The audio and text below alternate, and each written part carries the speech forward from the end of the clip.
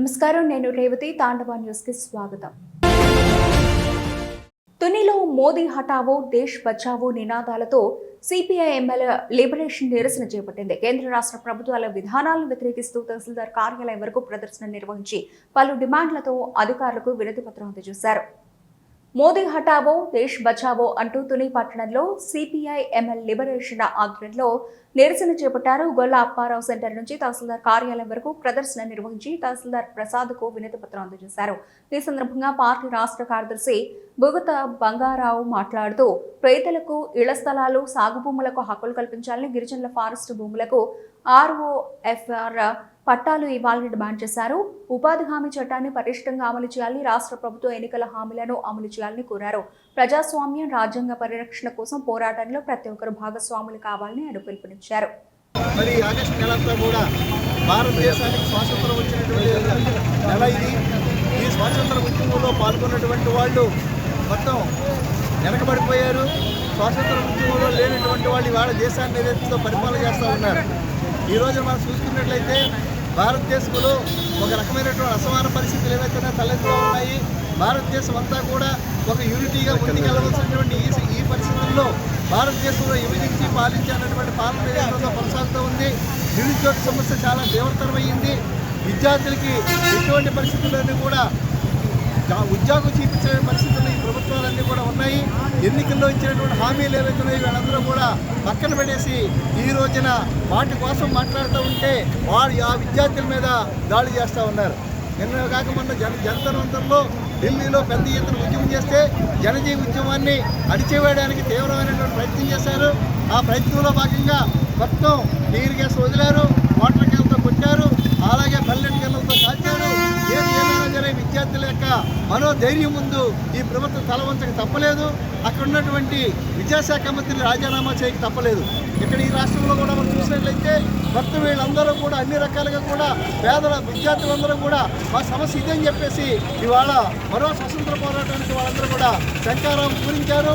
ఆ స్వతంత్ర ఉద్యమంలో జరుగుతూ ఉంటే మరి ఇక్కడ రాజకీయ నాయకులకి విద్యార్థులు కొట్టిన దెబ్బలు కాపాడుతలేదు, విద్యార్థులు కొట్టేసి రోడ్డు పడేసి కాపాడుతలేదు. అక్కడ మోడీ గారిని ఏదో అన్నారని చెప్పేసి మనస్తాపం చెంది ఆంధ్ర రాజకీయ నాయకులందరూ కూడా కన్నీళ్లు పెట్టుకున్నటువంటి పరిస్థితి మనం చూస్తూ ఉన్నాం. ఇక్కడ అమలు చేయవలసినటువంటి పథకాలు ఏవైతే ఉన్నాయో అమలు చేయట్లేదు. నిరుద్యోగులకు ఏదైతే ఉందో ఇక్కడ ప్రతి సంవత్సరం 2 లక్షల ఉద్యోగాలు ఇస్తా అన్నారు. కానీ ఇప్పుడు ఇచ్చింది ఏదైతే ఉందో 600 ఉద్యోగాలు మట్టి మీద ఇచ్చారు. డిఎస్సీలో అవకతవకలు జరిగాయి. ఆ తీసినటువంటి ప్రతి దాంట్లోనే అవకతవకలు జరుగుతూ ఉన్నాయి. అవకతవకలు సరి చేసుకుని ముందుకెళ్లాల్సిన బాధ్యత ఉంది. కానీ వాళ్ళ మీద ఏదైతే ఉందో దాడి చేయవలసినటువంటి అవసరం లేదు. అదే రకంగా మనం చూసినట్లయితే మహిళలకు ఇస్తా అన్నటువంటి 18 సంవత్సరాలు నిండినటువంటి వాళ్ళకి పెన్షన్ ఇస్తా అన్నారు, అది కూడా లేదు. అలాగే ఇళ్ల స్థలాలు ఇస్తా ఉన్నారు, ఇళ్ల స్థలాలు తీసేయడం లేదు. 2 సంవత్సరాలు పూర్తి అయిపోయింది. 2 సంవత్సరాలు పూర్తి అయిపోయినా సరే ఇంకా ఇళ్ల స్థలాల గురించి కానీ, ఇల్లు కట్టించడం కానీ, లేదా కట్టిన ఇళ్లలో దింపడం కానీ ఏది కూడా లేకుండా ఈ ప్రభుత్వం కాలయాపన చేస్తూ ఉంది. చాలా కంపెనీలు వచ్చేస్తున్నాయని చెప్పేసి వాళ్ళు చెప్తా ఉన్నారు. విశాఖపట్నం దగ్గర నుంచి తిరుపతి వరకు అన్ని కంపెనీలే కాపాడుతున్నాయి, పేపర్ల మీద కాపాడుతాం అనేది తప్పించి అక్కడ ఇంతమందికి ఉద్యోగాలు ఇచ్చామనేటువంటి పాపాలు లేదు. అంతా కాగితాల వరకే పరిమితమైంది తప్పించి మరొకటి కాదు. మీరు చూడండి, కావాల్సింది విశాఖ స్టీల్ ప్లాంట్ ఏదైతే అమ్మేడే ప్రయత్నం చేస్తూ ఉన్నారు.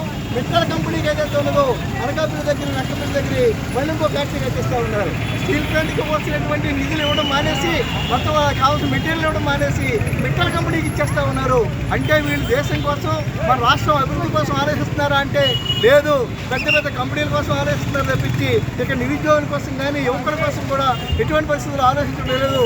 పేదలందరూ కూడా సాగు చేసుకుంటున్న భూములు, తరతరాలుగా సాగు చేసుకున్న భూములు వెంకటాపురం కానీ, వెంకటనగరం కానీ, చెన్నైపాలెం కానీ ఈ నియోజకవర్గంలో అనేక మంది భూములు సాగు చేసుకుంటూ ఉన్నారు. వాళ్ళకి పట్టాలు ఇచ్చిన పాపాన్ని బాలేదు.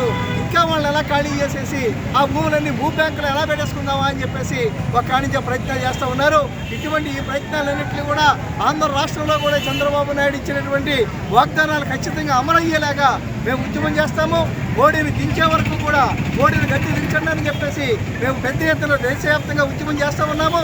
ఈ ఆగస్టు నెలంతా కూడా ఈ రాజకీయ ఉద్యమాన్ని కొనసాగించాలని చెప్పి అనుకుంటున్నాం. కాబట్టి మీరందరూ కూడా దీనికి ఏదైతే ఉన్నదో రాష్ట్ర ప్రజానికం, భారత ప్రజానికం ఈ ఉద్యమానికి అన్ని రకాలుగా మద్దతు తెలియజేయాలి.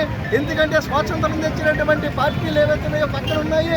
స్వాతంత్ర ఉద్యమంలో బ్రిటిష్ వాడికి తొత్తులుగా చేసినటువంటి వాళ్ళు ఏదైతే వాళ్ళ రాజ్యాధికారులు ఉన్నారు, వాళ్ళు మైనార్టీల మీద, క్రైస్తవుల మీద, అందరి మీద దాడి చేస్తూ ఉన్నారు. అందుచేత ఈ యొక్క ప్రభుత్వాన్ని ఒక క్షణం కూడా ఇంకా అధికారంలో ఉండే అర్హత లేదు. వాళ్ళ గది దించే వరకు కూడా ఈ ఉద్యమాన్ని కొనసాగిస్తామని చెప్పి ఈ సందర్భంగా తెలియజేస్తూ ఉన్నాం. Tandava News. For more updates, like, share and subscribe.